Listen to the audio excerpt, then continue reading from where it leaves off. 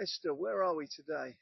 Today we're in Holland, Holland and Nicholson, and this is where the big bodega, the big warehouse was, the Hayes-Sammons warehouse that mixed and redistributed chemicals all over the United States and all over the world. So that was a few decades back, but you're saying it's all of this is still relevant.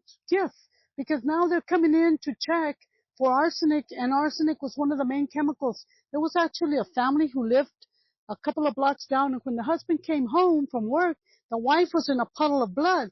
So he instantly called for help, and they came, and they arrested him, and he said, "Why are you arresting me?" He says, "Because your wife has high levels of arsenic in her." And he was, "What are you talking about?" "Well, arsenic was one of the main chemicals produced here. And arsenic is known as the king of chemicals." So tell us about the recent visit by Caleb Alvarez from Maytag. What was he doing here? What did he find? Well, he realized that there was where you had to boil the water in order to make it clean and good. So he stopped in the other area where there's two main areas. One was a receiving plant and one was a mixing plant. And he started chatting with me. "Can I check the water?" And I go, "Why?" He says, "Because Mission had put a water boil ban on." And I said, I don't know what you're talking about. I never saw it. And then I said, "Do you know this is part of the Superfund?" And he said, "Superfund." And we started talking about it. Well, Maytag comes in with solutions to try to check a lot of areas in the Rio Grande Valley. And like I tell them, the Rio Grande Valley is agriculture. And because we are agriculture, Mission, Texas, Hayes-Sammons Chemical Company also had a company in Raymondville and Reynosa. It was huge. They actually took poisons to Vietnam and to other bases in the United States.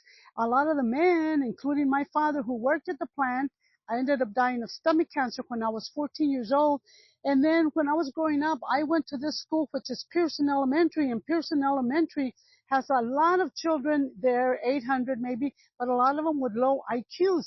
So in 1984, when it was assessed, the United States government decided to assess the whole U.S. to see which one were the top 10 list of most toxic towns in the United States of America. We ranked number 6. That was in 1984, and there's registries of all of these assessments. And so then when I discovered it in 1998, and I started investigating and researching, well, the past mayor was so mad because he wanted development. I was saying, "Sir, I respect you, but it's not just about development. I want to know why there's so many sick people." And I have now acquired cancer. My grandson has stage 4 kidney failure. All my friends have lupus. Everybody has cancers. Everybody has blood issues. If you Google research arsenic, you're going to see everything it causes to the body. But when they started remediating here, I believe it was 2002, 4, they just destroyed the warehouse, but they took the dirts from the neighborhood to other towns in Texas. They never cleaned up the pipes. We had asked to be relocated. We didn't want to be breathing the air. Too many ladies lost their babies. Even in one of our cemeteries, we have like 18 babies that were born, stillborn, buried there. But I believe that there has been gross negligence here, not only by the federal government, state government, but local council. So Caleb Alvarez, on behalf of Maytag, came to your house and checked the water, how good the water quality was. What did he find? The USDA maximum contamination level for arsenic is 500. My house tested 661. So you've asked Caleb to come back and check some other homes? Yes, I have. How many homes do you want him to check? A lot of people are really interested, and a lot of people have contacted me because a lot of friends have family members with cancer and other ailments. And a lot of people want their homes tested. And I believe that there has been major gross negligence. And in this community right now, our leadership is throwing people like me out of serving in committees.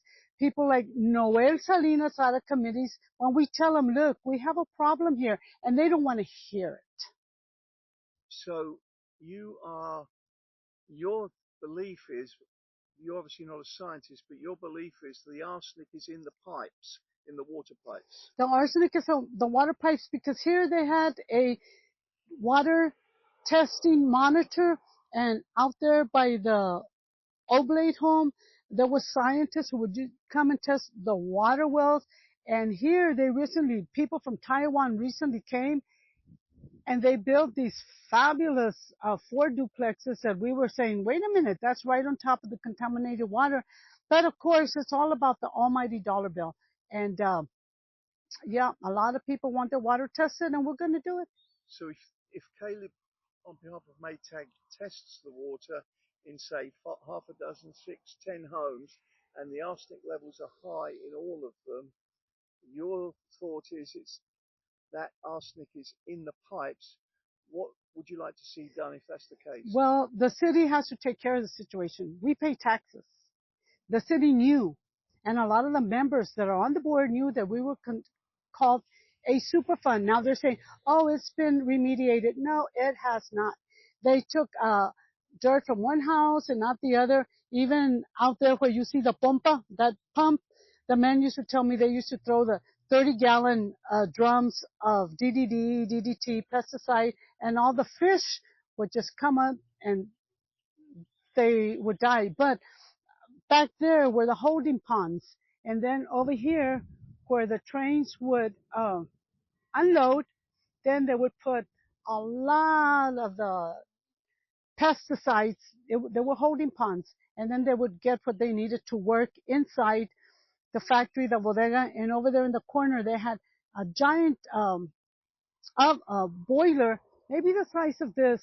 And what that boiler would do was it would crack up some of the chemical that was in wax, and then it would just